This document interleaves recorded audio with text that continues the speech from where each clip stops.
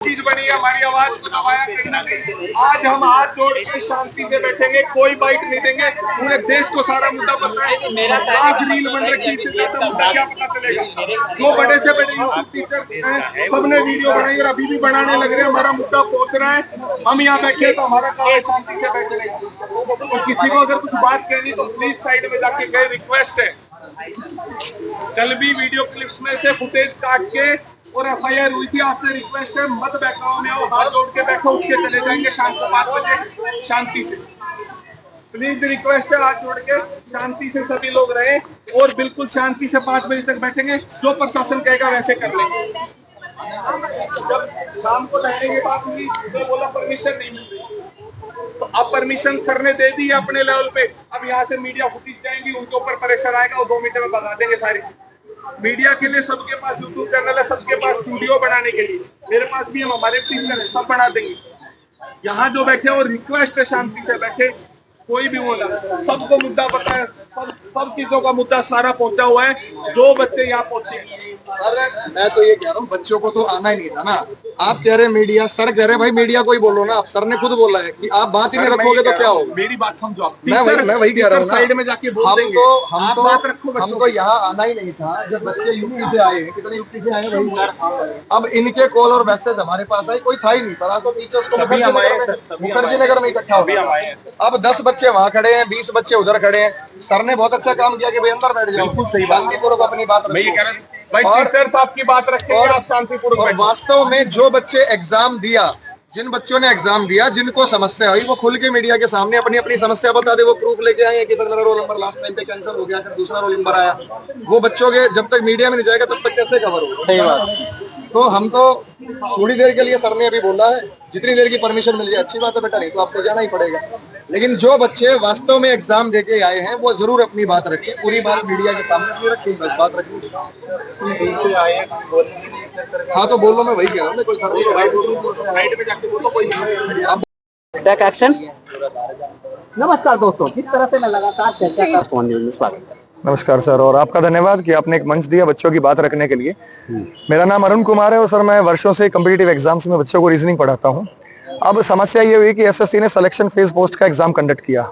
Exam conduct करने के लिए जो पहला टाटा कंसल्टेंसी सर्विसेज को दिया गया था, उन्होंने वेंडर बदल दिया और वेंडर बदल के दिया एडिक्यूटी कंपनी, एक ऐसी कंपनी जो कई एग्जाम्स में पेपर आउट कराने के नाम पे डिबार हो चुकी है। और जो टाटा टीसीएस कंपनी थी उस पर कभी ऐसा आरोप लगा नहीं था।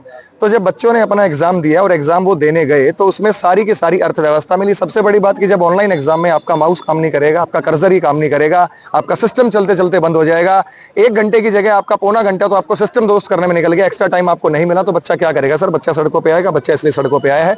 तो बच्चों की मांग यही है कि एक तो जो एग्जाम सेंटर आपने 1,000 किलोमीटर दूर दिए हैं, वो एग्जाम सेंटर कहीं 20, 30, 50, 100 किलोमीटर के दायरे में डाल दिया जाए ताकि बच्चों को इस परेशानी से बचे।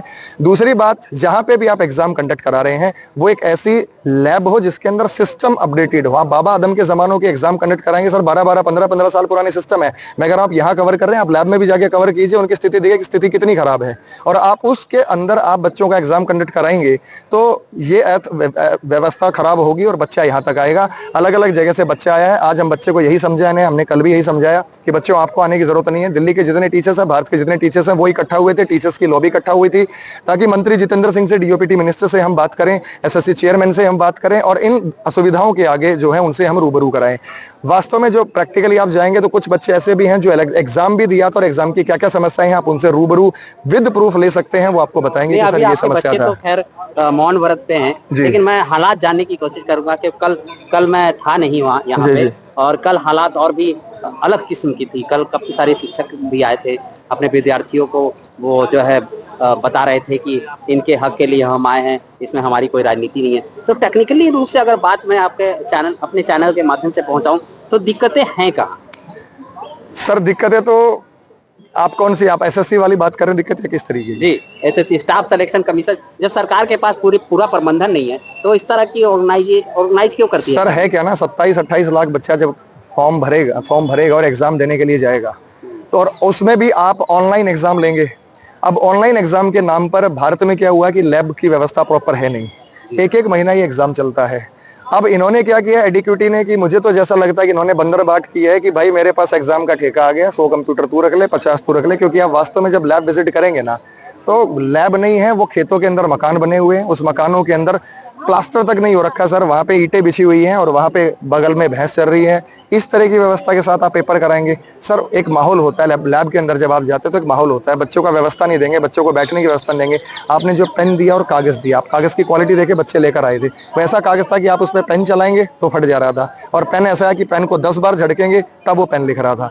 तो बच्चा उसी चीज में रहेगा, या तो अपना माउस ठीक करेगा या वो अपना पेन में रहेगा या पेपर में लगेगा। क्वेश्चन कब पढ़ेगा, कब वो अटेम्प्ट करेगा, कब वो सिलेक्शन देगा? तो मतलब विकास के मुद्दे पर जब सरकार से बात की जाती है तो वो बताती है कि हम राम राज ले आए हैं, ट्रिलियन में हमारा बजट है, तो क्या है ये भविष्य की तस्वीर है, हमारे देश की भविष्य की तस्वीर ये है? सर इस पे तो मैं कहूँगा दुर्भाग्य की बात है। देखिए जो भी सरकार, मैंने कहा आज तक सर हमें भी इतने साल हो गए पढ़ा दें, 2007 से मैं पढ़ा रहा हूँ, हमने खूब सत्ता परिवर्तन देखा है, लेकिन हमें कभी नजर नहीं आया कि किसी सत्ता के साथ ऐसा हुआ हो कि बच्चों के हक में कोई एक ऐसी पॉलिसी लेकर आई हो।